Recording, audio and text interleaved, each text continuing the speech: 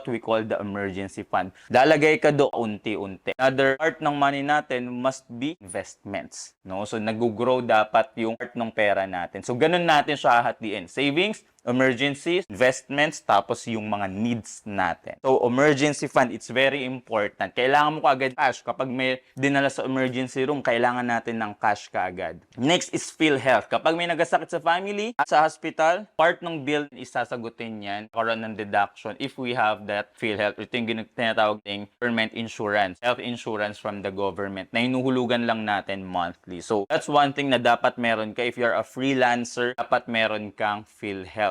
Especially kung wala kang empleyado. Kung empleyado ka, madali lang kasi automatic siyang dinededuct. Next natin is what we call yung tinatawag natin mga health cards, no? Kapag na-admit tayo sa hospital, part ng bill natin PhilHealth. Pero alam naman natin na hindi lahat kino-cover ng PhilHealth. Doon papasok si HMO or health cards. Minsan benefit yan sa company. Kung wala kang empleyado, freelancer ka or negosyante ka, dapat meron kang HMO.